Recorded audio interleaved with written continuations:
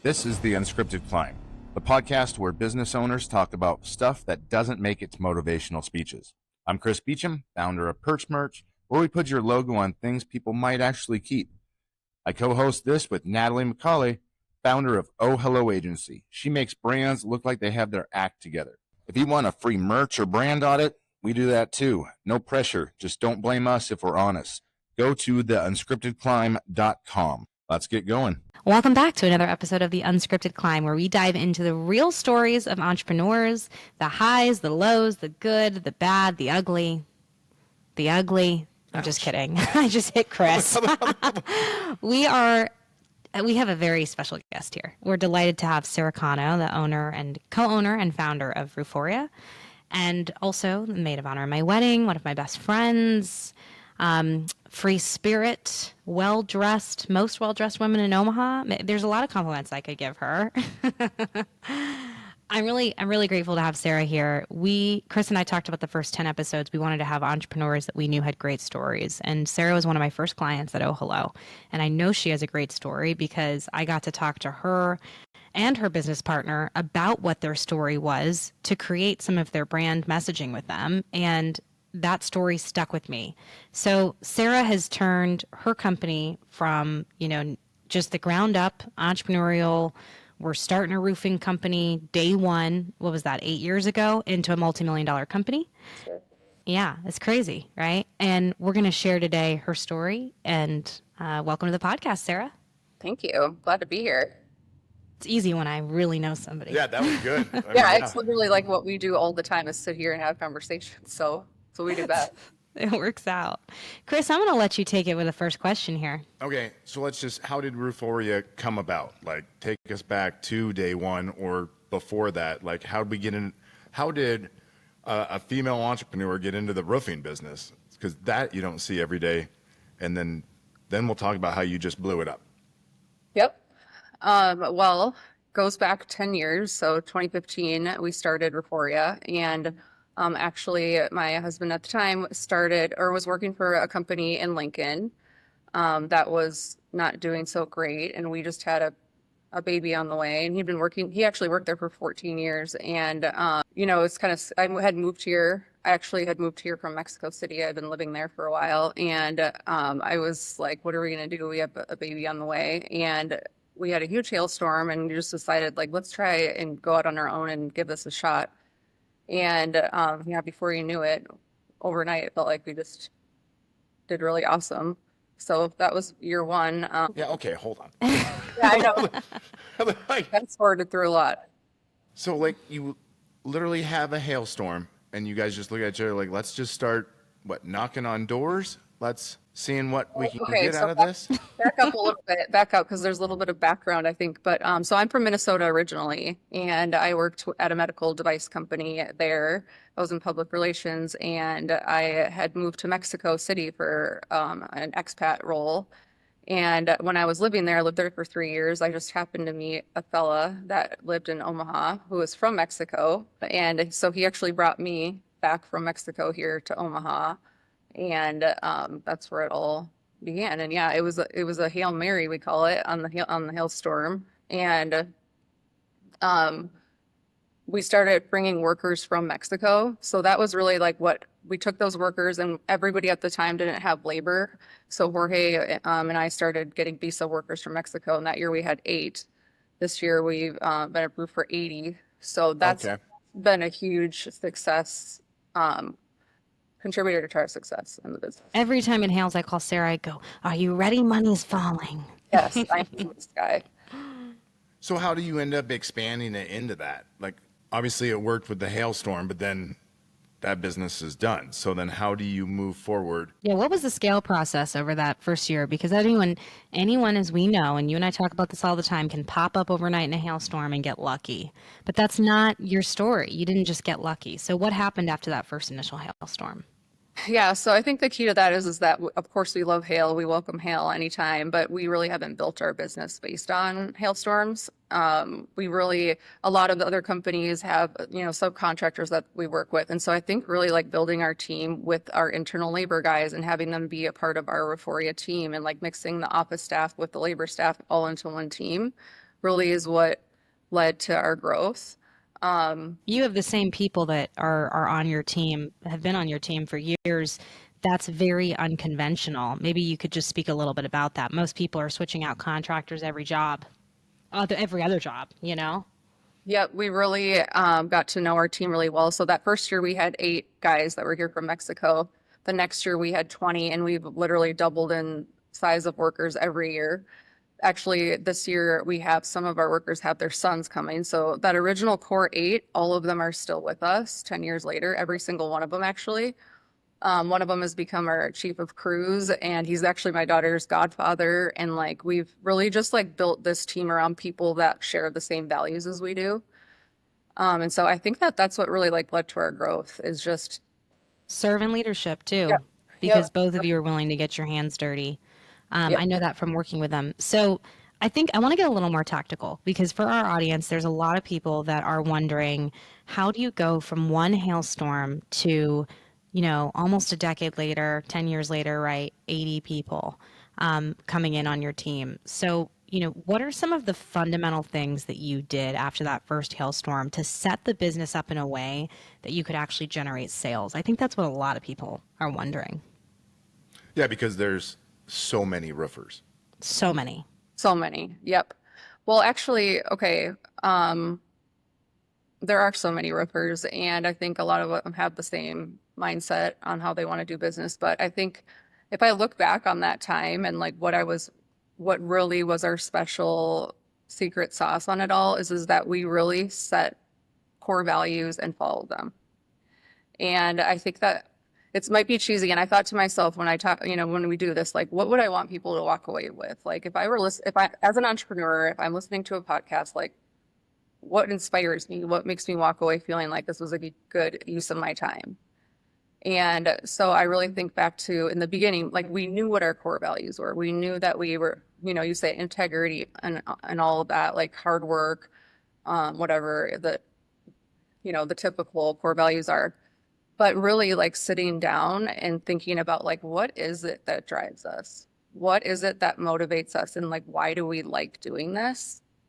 And then kind of like reverse engineering it into your core values. And when we did that, and actually this was an exercise that we did with you, Natalie, when we did our brand story, was we had these core values that they looked good. They looked awesome on our website, you know, and everybody was impressed by them, but they really weren't authentic to like what we were trying to say we want to be. So I think when we really got clear on our mission, and that is like leaving every neighborhood better than we Better found than they found it. Yeah. that is really a good reflection of what we do and why I think we have been successful is because I love home. Like home is my sanctuary. It's where I'm safe. It's where my family is, and it's just that's my place. And I know that I think about if that were me, like what would I want? I would want somebody I feel comfortable coming into my home, somebody that I can trust, somebody I know that's going to show up when they say they do. And so at the core of it all, I think that's what really drives me is making sure people are happy and that we do improve neighborhoods like either one house at a time or with our giving back missions that we have. And with our team and everybody really that we do is just how do we make it better? I'm a little biased because I helped with it, but I do think Rooforia has one of the best brands in the state in their space. It's a spectacular name. It's I mean, if you're going to go with a spectacular. nationwide roofing company, like that's the name you want. Rooforia, the Violet Standard. I want to talk about why we came up with that. That had been brewing in your head. I really just helped you kind of pull it out. Why do you say that Rooforia delivers the Violet Standard, and what does that mean? How do you define that? It's a great one. And, you know, Natalie, you did a good job helping put to like fancy, fun, pretty words what we were trying to say and why we were different. And it really is because we want to like provide that higher level of service for our customers and make sure that they can trust us. And so that goes with one of our core values. Everyone's a VIP. We really wanted to figure out how we could give more of that luxury service with roofing. Because roofing, if you think about it, doesn't really seem like, you're not like, oh my gosh, I'm so excited to get a new roof. Like most people don't say that, but it's a huge thing. And so we want to treat it that way. We want to make sure like we respect their homes, like we treat them well, we're kind to the neighbors. And so I think the Violet Standard is just like raising the bar for the roofing industry in general of just how we do business and how we operate. And I like that. So when I think just from a contractor's point of view, what also sets you apart is, like you said, you have the visa program, which I kind of want to dig into, because I know the benefit of that is you have your own crew. It's just your crew. And I know from being in that world that most roofing companies use the same people to to actually do the labor. They all share them, and they all just kind of bounce around, which I just find weird but fascinating at the same time. But you have your own guys. You're like, okay, here's what we're doing. Yes. One, you only work for us. Two, here's our standards. Here's what we're going to do. We're going to be nice, because you can't do that with the regular sub crew. You know what also I have to compliment Sarah on? I don't think I've ever heard her complain about one of these workers once. And this is my best friend. I talk to her every day. Well, yeah, especially if it's the same people every year. Tell me how that all works, because as somebody, especially we're here in Nebraska, so it works out spectacular, because in the winter you're not doing a whole lot of roofing. So you're in your busy time in the summer. Like, how long do they come? What's the process for somebody who's just hears about that and says, well, that's perfect, because I could use a bunch of workers in June, July, but I do not need them in November. And then you got to lay them off, and you got to figure all that out. Unemployment, all of that stress. Yeah. Yep. Well, I'm sure it's going to spark the interest of a lot of my competitors listening, but but it's known, this is a big program. Our president even uses it for his resorts in Florida, but it's basically just a seasonal worker program. And they come and work for us from April to November. We have to do there's a whole process that goes with it, and we recruit the workers there. Jorge, it's mostly from people in his town that he knows.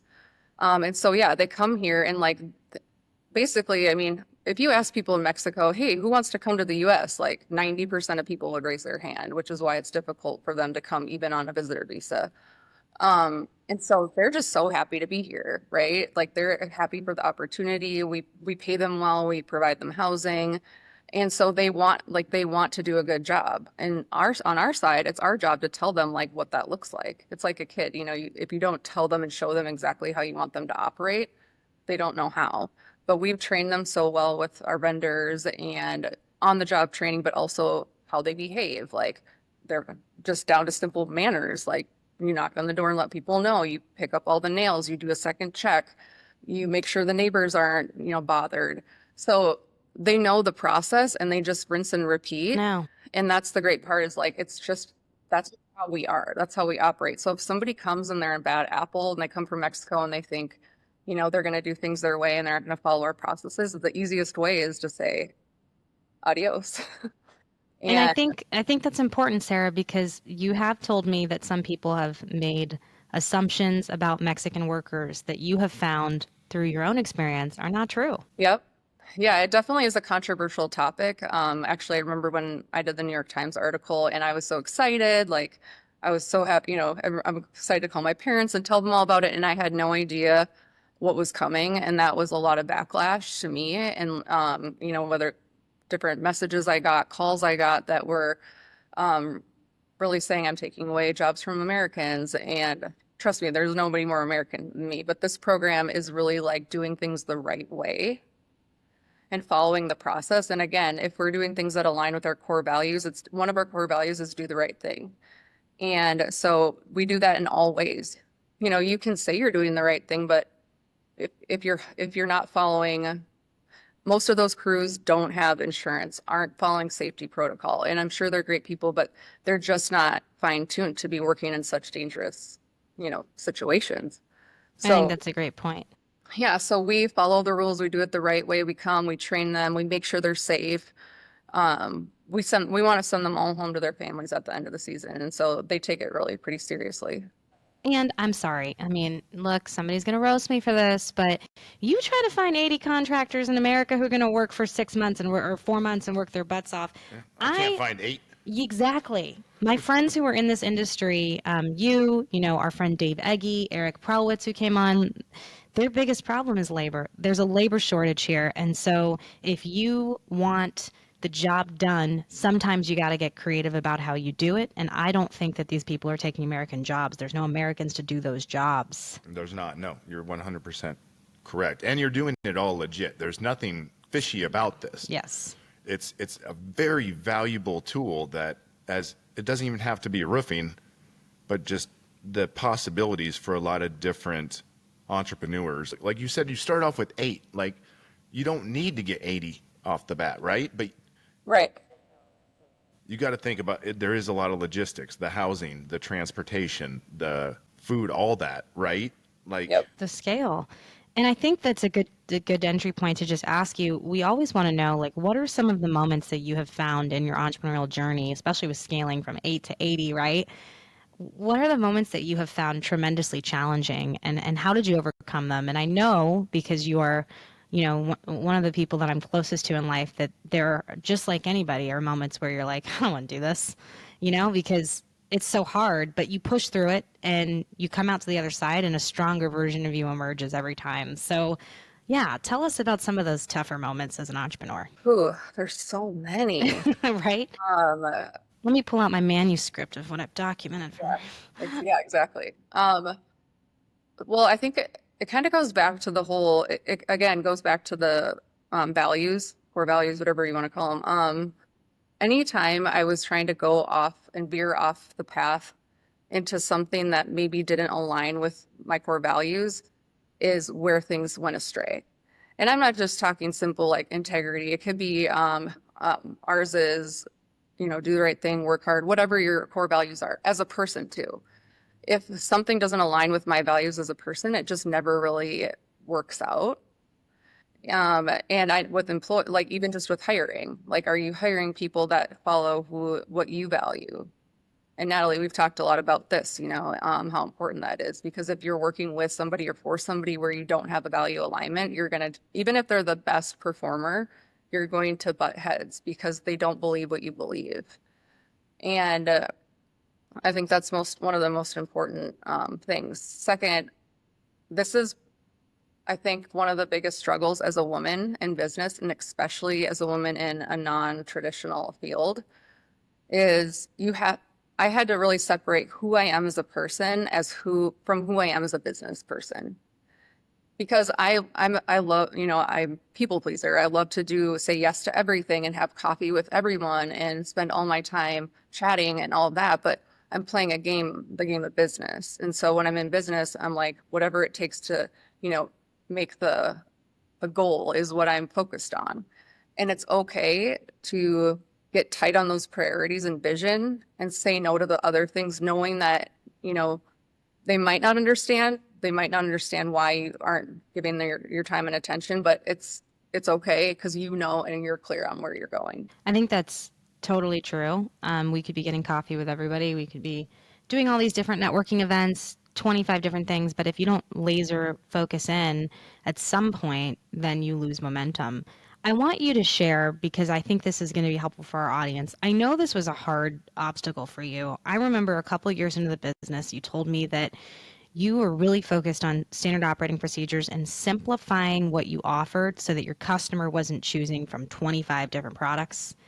I remember that conversation, and I think that I'd love to hear from your perspective how you dealt with the noise and chaos of all these different options in your industry and how you simplified it into productizing what Rooforia does best. That was a tough one. And, I really do wish I would have learned that a little bit sooner. But the more complications or the more things you offer, the more complicated it is. And so when you're growing and doubling in size every year, it's like very, very hard to keep things on track and keep control of things. And then you have all these workers and all these jobs and all these customers. And so I think I did sit down and think, what do we really do well? Okay, do we have to, when you're first starting out, you're just like so excited. You want to take all these jobs. They're like, oh, do you also put pergolas? Yes, of course we put pergolas. We do this, we do that, we do this. And realizing that saying no is actually a better decision to just say, we would love to refer you to someone that we know, but this is what we do. We even pared down our offerings and just offer certain products. And then it ensures that we can do a really, really good job on those things versus being okay at a ton of things. It also streamlines your job costing. It gives you more buying power with your suppliers to be able to say, we only use this product. It makes it easier for the workers to install because they understand it and they're trained on it. And you know what? Thinking back, you know how many customers have asked me, gosh, I really wish you would offer XYZ for roofing materials. Like zero. No, none of them ever like said, you should offer more or you don't offer this. They just pick within the confinement of what you offer. And so I think paring that down and getting super, super clear on what your offerings are, it will help streamline your business and make you more money. Mm, I like that. that's a masterclass for a lot of people to re-listen to that. Yeah, because you're almost. I'm sorry. It's like the I opposite the way everybody's doing it, though. Yeah. Everyone's doing it the opposite, offering everything. Well, one of the things I love and I get real fired up on is that instead of growing revenue, I really love growing your margin and how much you're making. And so like finding ways to be more profitable. I mean, you can have a 10 million or $100 million company and make the same amount of money. So like, what do you want to, do you want to give the effort and make it simple? Or do you want to play the volume game? I mean, there's both obviously, but in this industry, I think it's simple. Hey, listeners, quick break. Listen, we started this podcast because we actually like talking to other business owners. Whether you're crushing it or just Googled how to fire someone without crying, we've probably been there. If you ever want to connect for merch, branding help, or just swap war stories, check out perch-merch.com or ohhelloagency.com. No pressure. We'll even do a free brand or merch audit if that's your thing. All right, back to the episode. So let's go over your marketing techniques then, because yeah, when you have 80 contractors just to install, you got to get them work. So what is your like process of getting a client? Like, where are they coming from? What's working best? Yeah, so a lot of people are very surprised at how much volume we're able to do with such a small team.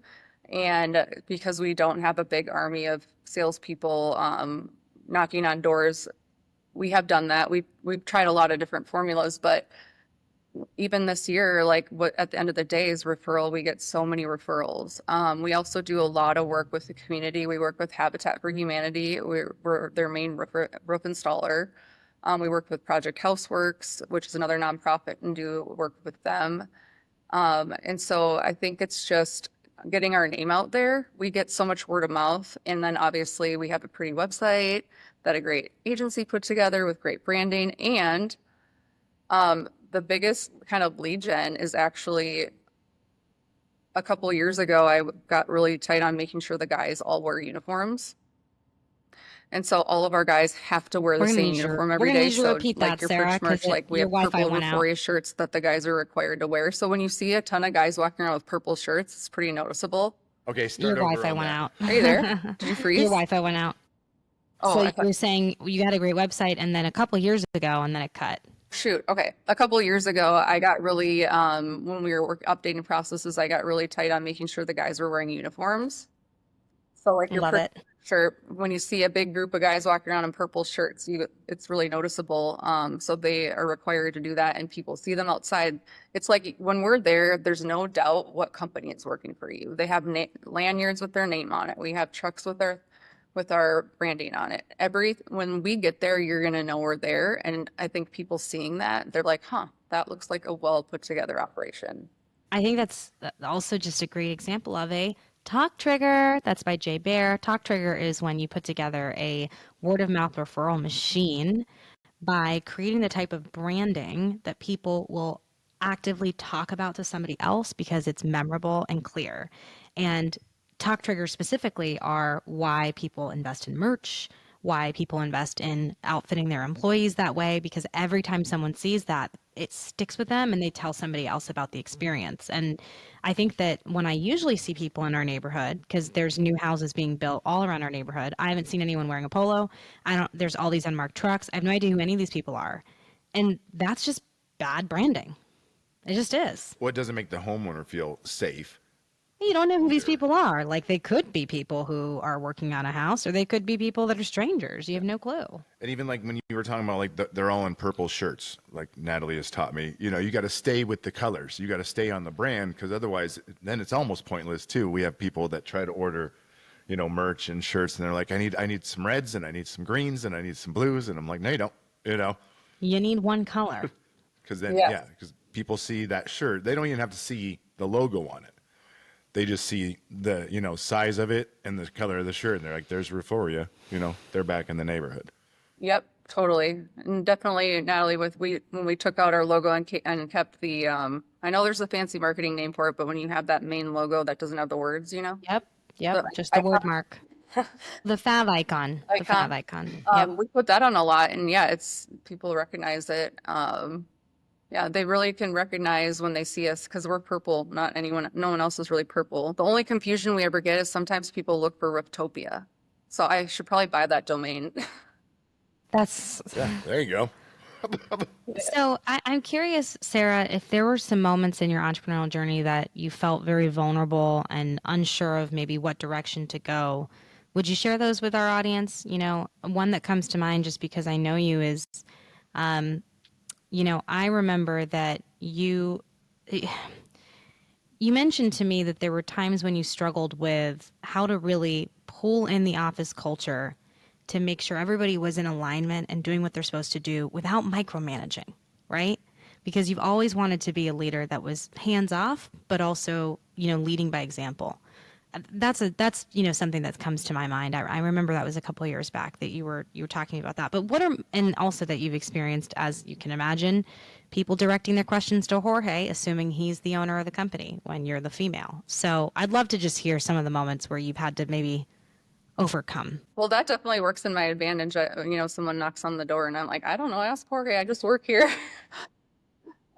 But yeah, I think that people are interesting, aren't they? Like that has been the biggest challenge is people, not because people are difficult, it's just because that's the main, like that's what you deal with. You deal with your customers, deal with your employees all day. It's like dealing with people. So when I think that and I don't like experience share because, you know, I love the experience share versus advice, but I'd say like when you're starting your business, if you get super clear on where you're going, what your mission is, what drives you, why do you love doing what you do? And you can actually articulate that clearly to other people and get them excited about it, then you hit jackpot. Because if you want to grow a team, one of the mistakes or one of the learning experiences I've had is you can never bring somebody into your team to make it better or to fix things. You have to have the framework of what it is that you want to do and then bring people in to execute that. Because if you look to people to solve your problems, you can create bigger ones for yourself because you have to take into account perspective. And that's the same when you're hiring and looking for mentors and looking for people to look up to or follow. I always think like, I want to hear from somebody who's been where I am. Maybe a woman and, you know, a woman business owner, maybe one that has 4 kids and has figured out how to juggle 4 kids in a business, but really taking perspective on trust your gut. Like, you know what your mission is and what you want to do and where you're going, or put the painted picture in place and then bring people in and get them excited about it. That's Then great. your work will be easier because you don't have to micromanage people who are like stoked to go to work every day because they just do. They love it. They do it. They love what they do. They do it without you having to tell them, and they do a good job because they are aligned with what you. So I assume there's a lot of, I assume there's a lot of ups and downs. Is there any time that you thought that you were like, that it wasn't going to work out, that you were done? Did you ever get yourself into a horrible situation and you guys had to fight to get your way out of it? Like, what was that like and what did you do? Yeah, I pretty much usually always call Natalie, but gosh, the one that sticks out in my mind is, and I did call you Natalie on this one, is we were like struggling that year because number one, our number one guy had gone off to start his own business, which I totally like. I loved him. You were supportive. Yep, he was awesome. That's actually how we met. We Remember? met through that guy. Yeah. And you know, we had a great friendship with our families and everything like that. And he was going off to start his own business, which Happens a lot in this space. yeah, which it was a huge chunk of our revenue too. The whole political environment and everything was weird and things were going on at the time, and we didn't have our workers up right away, so we didn't know if they were coming. And we had just bought an apartment building to house all these workers. And I remember like just thinking, man, this day really sucks. And I was, but I'm like, but tomorrow's a new day. I'm always like an eternal optimist to start tomorrow. And then like the next thing I'm on the way and I get a phone call. They're like, oh, we're calling to let you know that your apartment building has a gas leak. And I'm like, for God's sake, like what else could possibly go? I'm like, no, I'm like, just blow it up. I'm done with this. Like but like, I remember I went to my mothership. I went to Target and I sat in the parking lot and I was like, I'm done. Like, this is so, I'm like, I'm quitting. And I'm like, no, I'm going to go get a Starbucks and I'll walk through Target, do a little Target therapy. And I'm going to come, like, just think through, and I talked myself out of it. But I know I called you, Natalie. I know I was sitting in the parking lot of Target and I was like, You did call me, and Sarah does this thing really well that I think a lot of entrepreneurs can learn from. When she wants to quit, she actually goes and looks for signs actively and pulls herself out of the situation and goes to look for signs that tell her she should keep going. She'll call me and say, "Oh, I saw my angel number 444, so I'll be good." Or she'll call me and say, "Well, I met this woman in the parking lot who told me she didn't have a job, so I gave her $50 and remembered that I'm going to be okay." And so is she. I mean, you really do. Like, I'll never forget that story because that woman's name was Violet. And we could not believe it because it was a very tough week for her professionally. And I think what it comes down to about you that you've taught me, and obviously this is because I know Sarah, is we all want to quit at some point. We all want to say, yep, I'm done. I'm good. This is too hard. But if you can look for the signs when you're most frustrated of the good, and really sit through those, there's a lot to be learned from being able to pick yourself back up. Yeah, that's good. I like that a lot. I feel like I do it sometimes, but yeah, because it's just that little thing, especially as an entrepreneur, when you're like getting that anxiety and you're getting that doubt, and just one little thing you see and you're like, huh, like you said, you had your best person go and start their own company. Been there, done that, you want to be supportive, at the same time, you're like, okay, but like one of those moments is like, when you see them now, and they're succeeding, and you're like, I kind of did that, like I had a part Of course. in that, which is also very rewarding and makes you want to keep going. absolutely. Yeah. And I think every one of those like bumps along the way, it's cliche, but it really does make you stronger. Like it gives you strength to get through the next one that's coming because one of my favorite books, The Obstacle is the Way. I love that book. It's just like there's going to be something every single day. It's just what is it going to be? And the bigger you get, the more of those there are. But I think I really had to like come to a point where a lot of times I was searching for the answers through the top key employees, through an attorney, through a specialist, through a coach, through all of these people that are experts. And what I really needed was to look within myself and like know, like you can do this. Like this doesn't define who you are. This little mistake or this little thing or whatever it is, it does not define who you are. It's okay. But what does define who you are is if you keep going. I think that's a wonderful way of saying that. Backward. So where can we find you on everything, like the Rooforia stuff? Yeah, well, we'll probably on a roof near you and referrals.com. So super simple, referrals.com, or Instagram's at Rooforia. Yeah. And you can also follow Sarah Cano on LinkedIn, Instagram. She is on LinkedIn and Instagram. You don't really use Facebook much, do you? I'm not me. I don't know about social media and She's stuff. not a big People like social me on media. Natalie's page for sure. If you need to reach Sarah and if you need a roof from Sarah, just message me. I'm her bookie or There we booking go. Most people agent. keep up with me through Natalie. Yeah. Happy to help. Thanks so much for coming on, Sarah. We appreciate you. We're going to wrap this up by asking you if you're listening to this show and you like what you're hearing, which how could you not? Please write us a review on Apple or Spotify and give us 5 stars. Yeah, we're not accepting. Anything less. Yeah. Just don't. Natalie, not fixed. Thanks so much, guys. All right. Thanks, everybody. Don't you hang up. Don't hang up yet. Don't you hang up. Good job, Sarah. Was it? Okay. Yeah, you did great. Okay, good. You give a lot of value. Okay, good. I was hoping I had some nuggets in there.